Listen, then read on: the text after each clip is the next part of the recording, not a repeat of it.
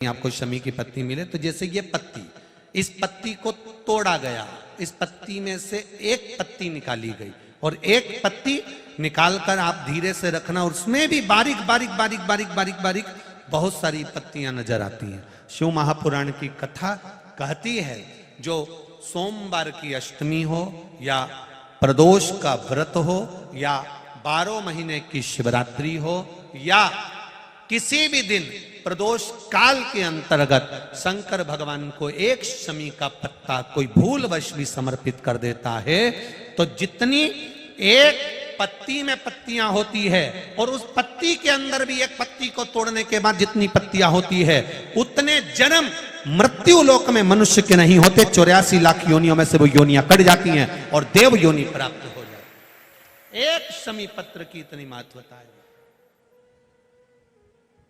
एक शमी पत्र। मैंने पहले भी कथा में कहा जो जीवन परमात्मा ने दिया है और अच्छे से जिंदगी जी रहे हो, 2 रोटी प्रेम की खा रहे हो और अलमस्त अपनी जिंदगी जी रहे हो, तुम्हारे सोने दुनिया का सबसे ज्यादा किस्मत वाला व्यक्ति कौन है? शिव महापुराण की कथा कहती है दुनिया का सबसे ज्यादा किस्मत वाला व्यक्ति वो है जिसके सोने वाले कमरे में, विश्राम के कमरे में, जिस कक्ष में तुम सोते हो, दुनिया का सबसे किस्मत वाला व्यक्ति वो है जिसके सोने वाले कमरे में एक भी खाने की गोली नहीं हो, दवाई नहीं हो, तो समझ लेना कि दुनिया के सबसे किस्मत वाले व्यक्ति तुम हो।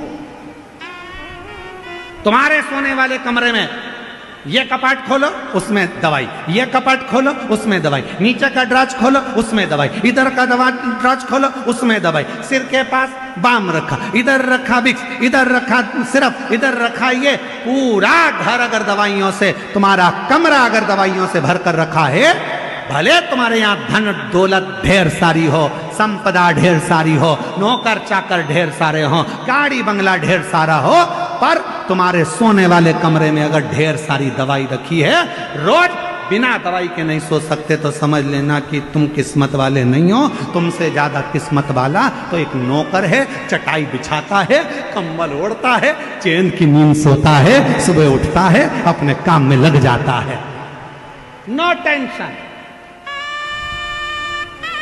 वो दुनिया का सबसे किस्मत वाला है। एसी के कमरे में सोते, डनलप के गद्दे में सोते, उसके बाद भी सुबह उठते से आज कमर बहुत दुख रही, भगवान जाने आज कमर में क्या हो गया। अच्छा पेट भर के खाना खा लिया, थोड़ी देर बाद आज एसिडिटी बहुत हो रही, भगवान जाने एसिडिटी। सवेरे मॉर्निंग वॉक करके आए, फिर चालू, आज घुटने में ना जाने क्या हो गया, दर्द इधर हो रहा है, समझ में नहीं आ रहा, पट्टा हो गया। रात को सो रही, फिर सवेरे उठते से बोली नींद नहीं आई, 2 बजे के बाद नींद नहीं आ रही, जग रही, पता नहीं क्या हो गया। हुआ कुछ नहीं है, तुमने अपनी टेंडेंसी ये बना ली, अपनी सोच ये बना ली, अपनी विचार ये बना लिए, अपनी सोच ऐसी बना ली है कि मैं बीमार हूं, बीमार हूं, बीमार हूं, बीमार हूं। बड़े से बड़ा रोग भी हो जाए, बड़ी से बड़ी तकलीफ भी आ जाए, अगर तुम्हारे मुख से ये निकलना चाहिए बिल्कुल खुश हूं, मेरा भोले बाबा 1 लोटे जल से मुझे सही कर देगा, तो बड़े से बड़ा रोग सही हो सकता। पर विचार सोच आपने ऐसी बना के रखी, इतनी बीमारी हो गई, इतनी बीमारी हो गई, गुरुजी ऐसा कहते हैं। शिव का विश्वास किसको कहते हैं, शिव पर भरोसा किसको कहते हैं? जब हम पूर्ण भरोसे के साथ शंकर का भजन करते हैं, पूर्ण भरोसे के साथ शिव का स्मरण करते हैं, तो उसका फल खाली नहीं जाता, उसका फल खाली।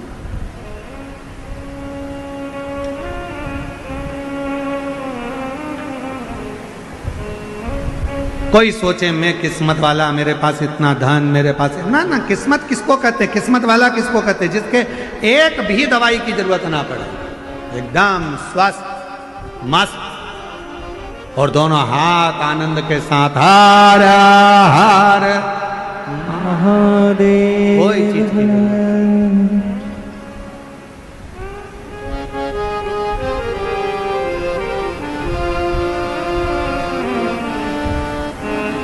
जब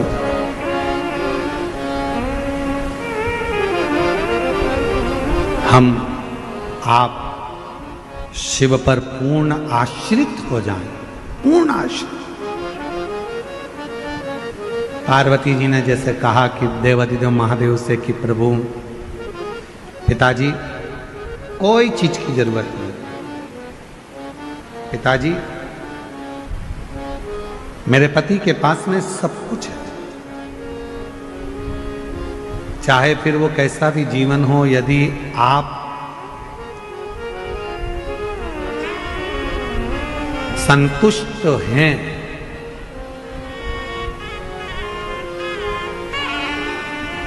यदि आप संतुष्ट हैं तो छोटे से मकान को भी आप महल समझेंगे, छोटे से मकान।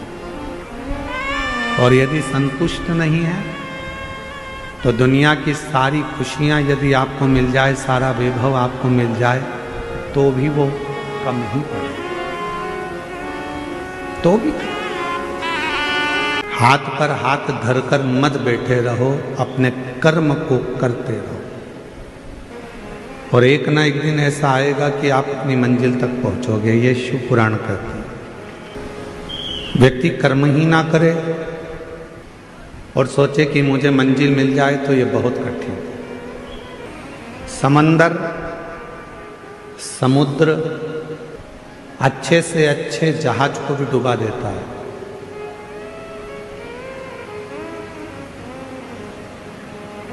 समंदर, समुद्र अच्छे से अच्छे जहाज को भी डुबा देता है। समुद्र बड़े से बड़े नौका को, बड़े से बड़े जहाज को और बहुत कुछ डुबो देता है, बहुत कुछ। जब अपनी वाली पर यदि समुद्र आ जाए तो बड़े बड़े शहर को भी डुबो देता है।